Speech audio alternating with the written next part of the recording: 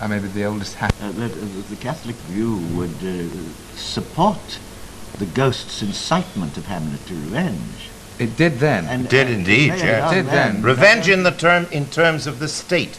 You see, not in terms of personal This is a king. responsibility. A king And who has it does- responsibilities beyond anything else. But There's it a does come divinity from- Yes, that that's does it. hedge a king. He does come from purgatory.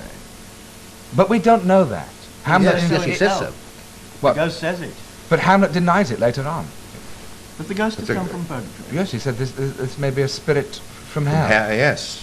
To Yes, damn me. Yes, Well, well, only I because think he's that- sent to damn me, whatever I think the- that in a way that possibly... No, the no, no, no, ghost not is. because he's forgotten, simply because No. he's embracing all three Yes. points of view. It may very well be. Yes, I think it well may be. You see, why in the name of God do people do not...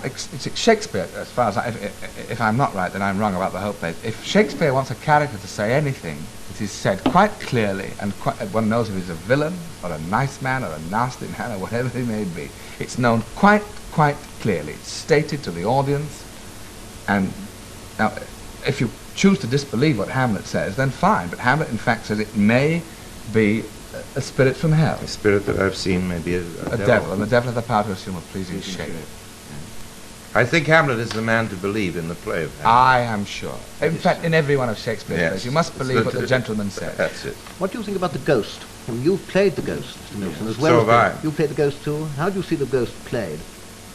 I felt it was a very strange experience playing the ghost after having played Hamlet so often, so that I really became, in a way, the father of Hamlet more than a spectral symbol, you see. I came as the wounded father, more than Quite right, I think. than as a phantasm. But whether that was right or wrong, I don't know. It's a difficult part, in fact, Yes, I played Shakespeare rather played it, and that's paternally. why he played it. because it was Because it's the toughest part in the play. I played it He paternally. must have been a great actor. Yes, one thinks so. I was reading Henslow's diary the other day. He must have been a great actor. It's nonsense that he was a bit player. No, well, indeed not. I mean, He played Iago, there's it's evidence. almost certain. Henslow, who was the sort of Binky Beaumont of the time, his diary is now extant and written.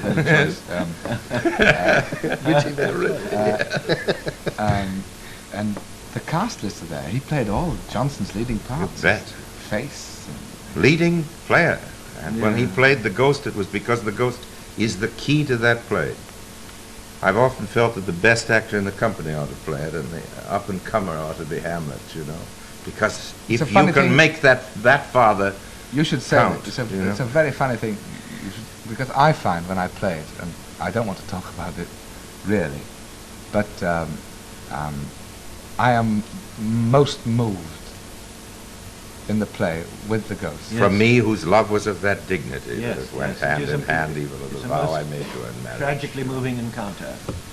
And the whole idea, again, the Elizabethan idea of unanointed, unannealed. Yes, Yes. No disappointing. shriving time. Yes. And which is the way Really? he dispatches Rosencrantz and Guildenstern, Yes. which is what Rebecca West calls him a bad man for, and it is about the most wicked thing. terrible thing to do. Yes, you send them to purgatory, you send them to hell. Indeed. Yes, I'm sure. No shriving time, not whatever quarto folio you read, but no shriving time allowed for Rosencrantz and Guildenstern, or Polonius. But I think that Hamlet's gone a bit demented by then. Well, I think it's... Yes. In fact, I made what... This has got to my, do own, with my only nod towards Freud in the entire production, Yes. I'm afraid, was at the dress rehearsal, when my fate cries out and makes each petty artery in this body as hardy as the Nemean lion's nerve. At the dress rehearsal, I said in a loud, clear, ringing voice, "My fate cries out and makes each potty artery in this body as hardy as a Nemean lion's nerve." Yes. Wonderful. Yes, but I think it is. I think it is a crazing Yes, with the king, and he saw. Yes. He just left. that in his endeavor to carry out the ghost's behest, he becomes deranged because he's naturally not a vindictive person, but a person of great sweetness and loveliness of soul. And he has to become embittered and revengeful. And I think that deranges him. Isn't the word maybe a modern word? Sick. Yes, rather Terrible, low-class, trashy word that people use now. Sick. Poorly. Yeah. No. Sick no, in the no. sick in the American, sick like a sick That's right. joke. He's sick. but not mad. Not crazy. Not crazy. poorly. I don't really think he's mad at all, but that's... I think everybody in the play is mad. He's the only upset. sane That's thing in it. right. He's upset. What is it to be mad? To define true madness. I think What his is it to be real... truly mad. This is Polonius in the play. I don't think any madman ever said, "Why, what an ass am I?" I think that's a divinely sane remark. Yes. And you feel he's sane when he dies, in point of fact, don't you? You feel Oh, what yes, has died definitely. is a sane man, all right. What an ass am I? That feeling that it would go on being played if everybody didn't think they could play it. Including women? That's really a phony question. I'm sorry I asked it. I don't mean that at all. Women? What? Oh, no, women, oh? I mean, women Oh, do yes, play. women have played it. There's Yeah. a silent movie, isn't there, by a great Danish tragedian, of course, Sarah Bernhardt. Did anybody see it? You didn't see Bernhardt, when she played it, put forward a marvelous theory. The time of Shakespeare and Hamlet was the time of Queen Christina, who Miss Garbo, it? Yeah. who was That's drawn to. indeed drawn, yes, who was the original Svenska raving dyke.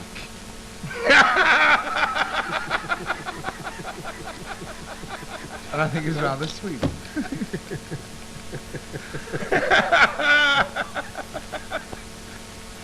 Indeed.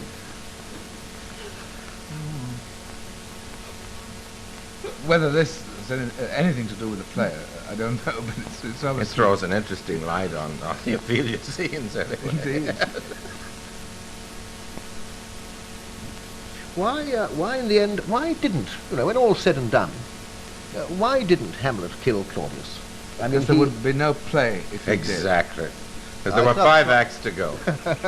and Shakespeare inherited a revenge melodrama did. That's right. into which he placed some of the greatest living stuff that man has ever made. Language and everything else, spirit, fire, everything.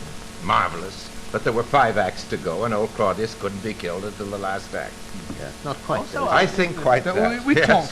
talked about that earlier on, about the divinity that hedges king. Yes, and all that. Also, I think that there is basically in Hamlet a moral retractation from murder. Precisely, this is right. I- No, this is not true. I don't How can agree, he Ernest, gets no. rid of Rosencrantz and Guildenstern without With a smile. Yes, but he's done that by the time he's gone over the edge. If we agree that he's gone over. What about By then- Polonius? By then, I think he has What about gone- Polonius? Well, Polonius Bit is an accident, and in point of fact, Ah. he must have thought he Yes, was the king. yes, you're right, and he I does suppose think, it had been Ophelia. he thinks that Could have been anybody he behind thinks that. Polonius is the Suppose king. it had been that is Horatio. true. But he was obsessed with the king, and he saw, Yes. He felt just left the king anyway. at He just didn't know the king isn't there. He's just been, the king Ah, is no, on the he's been with prie-dieu, him. Yes, but he thinks saying, that you the know, man my behind offense is the- right. Ernest, He thinks the man behind the tapestry is the king. I think he and does. thinks that he'll Well, why kill can't he him. think now he's just left him at prayer? I don't know, but he just feels he's gone to the ruin, that he's found He's just left him at Does prayer. he? Your Hamlet does. I don't think another Hamlet need. I think he thinks it's the king. Well, sure. I think he's perfectly It depends capable on of which murder. text you What he use. is not capable of In is some texts performing there are the no leading prayer scenes. role in a revenge Well, I tragedy. use the text that has it. You used the prayer scene, Ah. Yes. and then you killed the king in the closet, Oui. having left the king, wee-weeing in the... Si, si. The time is out of joint, oh cursed spite that ever I was born to set it right. That to me is the thing. He doesn't want to have to play this role. No, he doesn't. No, well, that He means is drafted into I'm a role with that he this. doesn't I want feel to the play. play. But I seem to think you're saying what This Ernest Milton microcosm says. again. That's it. But you're saying That's what Ernest so Milton Shakespearean. says, that he doesn't want to. No, he's a reluctant avenger. Precisely. But not that he has some particular hatred of murder. He does murder. We see him murder. Oh, yes, but I think that comes out of the subsequent hysteria. Because I don't. You don't agree then. No, That's I don't agree. That's right. That's right. The whole, I mean, it's a different kind of thinking, you know. This man is a marvellous gentleman for the Elizabethans, I'm sure. Extraordinary man. Who's the best Hamlet you've ever seen? Is there such a thing again? Guys. Yes, and he did a very extraordinary thing. He came on in the To Be or Not to Be. Presto! Yes, yes. He said, To Be or Not to Be, yes, the eyes of... Yes, but in German You it see, sounds in good. German, "Seine oder nicht sein, das ist die Frage," you see, and it went on like that. And although I disagreed with it entirely, it was quite arresting. You see? I mean, you can be thrilled by a thing and totally say no, I don't. But it doesn't prevent you from becoming interested and excited. Have you got views about the diction of Hamlet as a whole, apart from the person who's playing it? It'll obviously vary with everybody. Yes. But do you think it ought to be spoken poetically? Oh, I do. I think that there should be. I think it should not be done declamatorily in a Victorian way, with ponderous classicism. Certainly, I don't feel that. But I think that it should have a certain ictus. 5 heavy feet in each leg. Yes, I think that there should be. It should be very flexible, but that you must keep a certain musical rhythm. I don't mean to listen to your own voice. I don't mean any nonsense like that, or sing it. But I don't think you can treat it just as prose. Ernest, do you know the simplest? The prose passages, which can differentiate. Which are lovely to play, aren't they? After all that verse, yes, which is so disciplined. The simplest reading that I've ever heard of it, the most beautiful and the simplest, the least rhetorical reading that I've ever heard is the record of Forbes Robertson, Yeah. which is much more modern than any Hamlet I haven't seen Peter's. Yes, it is. But It's lovely, beginning with the old Vic of Larry and Gilgood, it seemed to me people moved back, way back into full-blown, wonderful, heroic acting because it was dying in the English theatre. But it's no use saying that that in living memory the older actors were more rhetorical, just the opposite. No, I But see. Gilgood was extremely. It was a very poetic reading. Yes, rather as though he were dictating Shakespeare. Yes. Seems to me. Have you got that? This The joke? great- the so old- beautiful. The awful thing and the terrifying thing is if you try and explain Hamlet, I think. Yes, you can. Yes. Can The I- great thing that Yes, you Gilgood should. had was the sense that he was a poet, and that he did know that he could completely encompass the beauty of what he was dealing with. But You're quite wrong about that. That if you've begun your Hamlet young, you can play it for the rest of your life. Because when I was a youngster, I saw both Forbes Robertson and Benson. They were in their 60s and past it. They were too old, but as they had done it early, they still could play it, and within 20 minutes you accepted it. You forgot that they were too old to look at. But you can't make your debut in Hamlet at 50. No. alas, No, But you have can got to play have it. played it young. But I He's think right, if you played damn it it. young, Yeah. you can play it forever. I read an account of Betterton's Hamlet when he was 17. Now, Betterton played it first when he was 19, some Exactly. 15 years after Shakespeare's death. Yeah. yes. So he could go on playing. Yes, so and he one- got the use in him. And he must have been playing it And within also- a tradition. I'm sure, this is the point. Yeah. Someone's handed on. Sure. The old terrible Vitae Lampardo. This is what you On do this- here, laddie. On this. Hand goes on the skull on the second When I was in line. Hamlet, my wife played Gertrude, and Ophelia this- was on this played by the traditional- lady I was. Hamlet has been, so butchered. I mean, not only by the comics, but by Oxford. Yes, yes. But I've got a thing at home which I think someone must do if we could find it. It's by a Mr. Sawyer, and it's called Hamlet, a Travesty. And the ghost sings a song called "With My Jawbone, Tombstone, Skull, Shroud and Skeleton." And the Queen has a song called "Ophelia is a Sad Slut." Oh, that's What is charming. And it But- ends with a great boxing match between 1840. about 1840, Drury Lane-ish, yes, Sadler's Wells. Very nice. Famous dog Hamlet in the 19th century, which went on for something like 45 years. A dog Hamlet. The dog Hamlet. How do you mean? Oh, it's the well-known dog Yeah. Hamlet. Hamlet always had a dog, Yeah. which he talked to. A trained dog. It was part of the whole the fireworks, the pyrotechnics of the production. To have a Really? trained dog. Yes. That's Well, Mark. If you took this Hamlet of yours, this Hamlet that looks externally from outside at the The play, cool Hamlet. the cool Hamlet, yes, this affects the way in which lines would have to be Yes, spoken, that's doesn't right. it? How does a cool Hamlet speak? Oh, what a rogue and peasant slave am I? It's sort of in a cool way. Oh, what a rogue and peasant slave am I? It's a kind of terrible. It's the way a cool Romeo says, "Is it e'en so that I defy you stars?" That wasn't very cool. It's on top of it.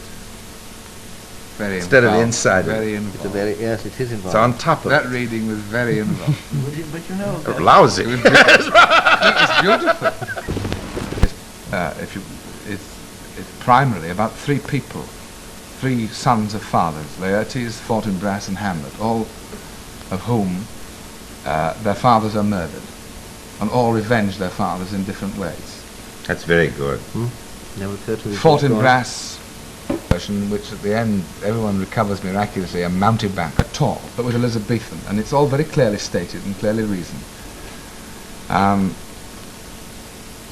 The passions. I mean, to me, all Shakespeare's plays are essays in the passions. The highest of which and the most noblest, and the one which governed and made man different from the beast, was reason. Sloth was a passion, grief was a passion, anger, jealousy, revenge, all these things. Hamlet, I think, is, in a way, a tragedy of grief. Also slow. Sloth, Acida. and a contemptible passion to the Elizabethans, a truly contemptible passion. Fortinbras, I thought I made a discovery. And to their literature, it wasn't the sentimentalized thing we know now. Grief was indeed a killing, slow. I mean, it was to do with the humours, the drying out of the brain. Isn't despair maybe a better word? Grief was the word used, in fact. Yes, I think the despair is the Can right I one. read a in little Christian Thomas terms. More to you, who the dialogue of comfort against tribulation? And here shall I note you two kinds, this is what, 1594. I shall note you two kinds of folk that are in tribulation and heaviness. One sort that will seek no comfort. This business of everybody Are there that will seek no comfort, nor yet none receive, but are in their tribulation, be it loss or sickness, so testy, so fumeth, and so far out of patience that it booteth no man to speak to them. And these are in a manner with impatience as furious as though they were in half a frenzy, and may with a custom of such fashioned behaviour fall in thereto full and whole. And this kind of heaviness in tribulation is even a mischievous high branch of the mortal sin of ire. Now, Laertes falls into that category. He's full of the mortal sin of ire. Oh boy. Yes? He goes stark raving potty to avenge his father. Will do anything. Hamlet is the other one. There are many other ramifications of this, but this is a simple Elizabethan model for philosophy of the passions. Fortinbras is governed always by reason. Have you ever, Mr. Milton, done a reading of the part against that kind of background of thought? No, I can't say that I have. I think that I have found it a study of passionate disillusionment, a personal tragedy. I've not ignored its background, but I think I've approached it, shall I say, rather imaginatively than intellectually. I don't believe in having a reason for everything. I think the dove should descend, and sometimes it does. Sometimes it doesn't. Well, I've seen An actor up to now, until this interview, speak as I would like to hear actors speak, to identify a great tragic role in Shakespeare with Elizabethan times. I can't tell you what pleasure it was to me to hear that from Peter O'Toole, because people always talk about what Hamlet is as though we were a universal man, or as though we were a figure in a 19th century novel. But to hear a serious actor talk about the character in terms of the times in which it was written, it's quite a new experience. Oh yes, and it's quite valid. Yes. Of course it's valid, but I'd never had the happy experience of hearing it before. But in the two productions that you've done, They weren't very good. I can only talk about the next one. Yeah. How did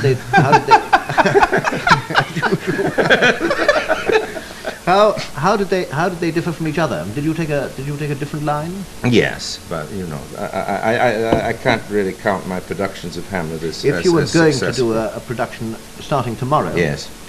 You would undoubtedly make him an Elizabethan figure. No, No. no, because we aren't living in Elizabethan times. In agreeing with Peter, what I mean is I think it's wonderful to approach the problem and to interpret, to find that is a key. But of course you don't do him as an Elizabethan man if you want the audience who don't have that don't bring that kind of thinking into the theater and sit.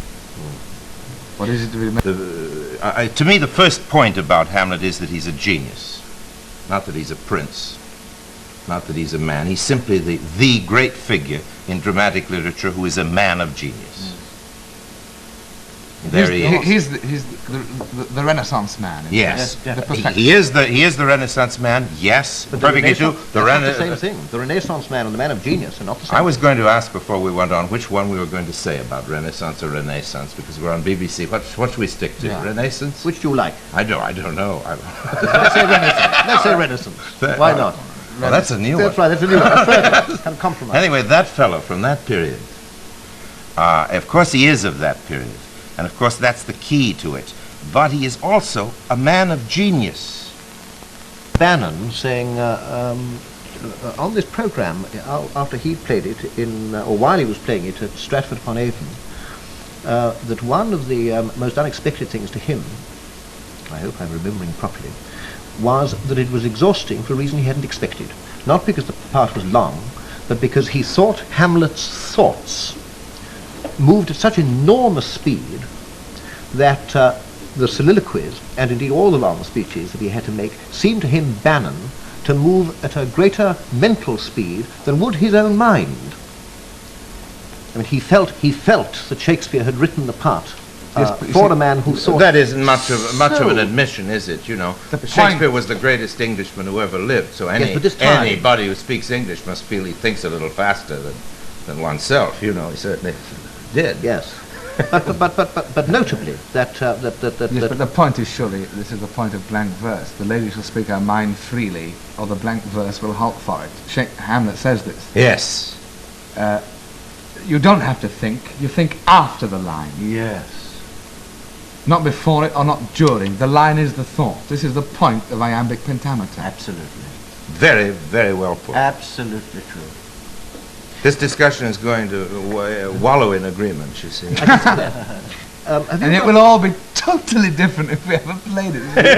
I want to see him play Hamlet, don't you? I wish to, of course. Yes. You'd hardly say. I wouldn't mind playing the Ghost, as a matter of fact. Well, I think I'll play it I'd like again. to try that. I think I'll play it again. Well, I've done the biggest and naughtiest trick of all, but it's terribly effective. I think I invented it, just to play the Ghost and the King as brothers.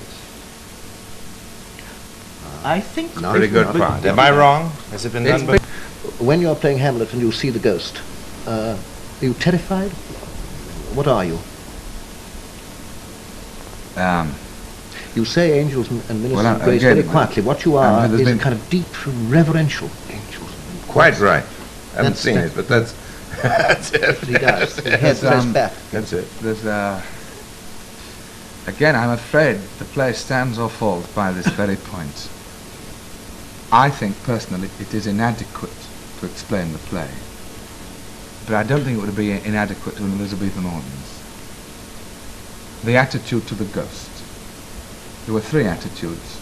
There was the Papist attitude, which was that spirits were sent from purgatory, and they appeared 3 times without saying anything. One had to observe their expressions, whether they were pale or red, or in sorrow or in anger or what. That on the 4th occasion, this is Papist doctrine of the 17th century. On the 4th occasion, they would announce what in fact they had returned to earth for. But they had to be questioned very particularly. Now, Horatio, in his speeches, follows the Papist doctrine perfectly.